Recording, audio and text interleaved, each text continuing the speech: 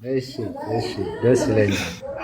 በጎጃም በረሃ ባልተንበረከኩ በጀግንነት ማህፀን በበቀሉ ጋራዎችና ሸለቆዎች ውስጥ የተጸነሰው ዶክተር ኒቆዲሞስ የነጻነትና የጽናት ዘር ነው።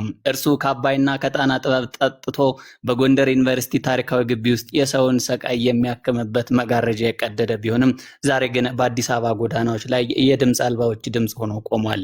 ስቴቶስኮፑን በድሃው ደረት ላይ ብቻ ሳይሆን በተሰበረውና በታመመው የሀገሪቱ የጤና ስርዓት ላይ አስቀምጦ የቁጭት ጠብታዎችን እያዘነበ ይገኛል። እርሱ ድምጽ የሌላቸውና ዝቅተኛ ክፍያ የሚከፈላቸው ሐኪሞች ድምጽ እንዲሁም የወደቀን የህዝብ ጤና አገልግሎት ተሟጋች ብርቱ ሰው ነው።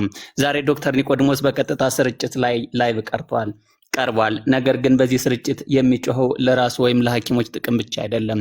ዛሬ የያዘው አጀንዳ የሞትና ህይወት አፋፍ ላይ ስላለው ፍትህና እገዛ ስለሚያስፈልገው አንድ ምስኪን ታካሚ ወጣቱ ነው። ይህ በጽኑ የታመመው ታካሚ ደረጀ መኩሪያ ይባላል። ደረጀ ራሱ ሐኪም አይደለም። እሱ ግን የ16 ዓመት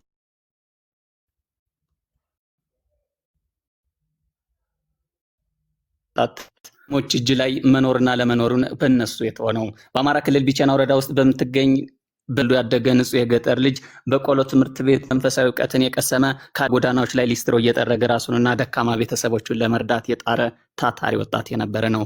ይህን ወጣት ከእግዚአብሔር ውጭ ረዳት አጥቷል። አባቱ ገበሬ ቢሆንም እሱንና እናቱን በሊስትሮ ከመሰረታት ዓመት አልፈዋል። ምንም ግንኙነት የላቸውም። በዚህ ዓመት ላይ ያሉት እናቱ በራሱ ወንድም በደረሰበት አስከፊ ድብደባ ምክንያት በአእምሮ ህመም የምትሰቃይ ለቤተ ክርስቲያን ደጅ ተቀምጣ የሱን እጅ እያየች የዕለት ምግቧን የምትሰበስብ ምስኪን እናት ነች። ታናሽ ወንድሙን ከእናቱ ጋር ለልመና ይወጣበታል። ይህን ሰው ማከም ለዶክተር ኒቆዲሞስ ከማከም በላይ እንደሆነ ይሰማዋል። እሱም ማይችለው ስለሆነ አደባባይ ላይ ይዞት ወጥቷል። ደረጀ ዛሬ በሞትና በህይወት መካከል ሆኖ በአልጋ ላይ መዋል ከጀመረ 5 ወራት አልፈዋል። ህመሙን በሀገሪቱ የገጠር ክፍል ያሉ ህፃናት፣ ወጣቶች በስፋት የሚያጠቃ ከቶንሲል ኢንፌክሽን ጋር በተያያዘ በሚመጣ የልብ ቧንቧ መጥበብና የልብ ድካም ነው። እንግዲህ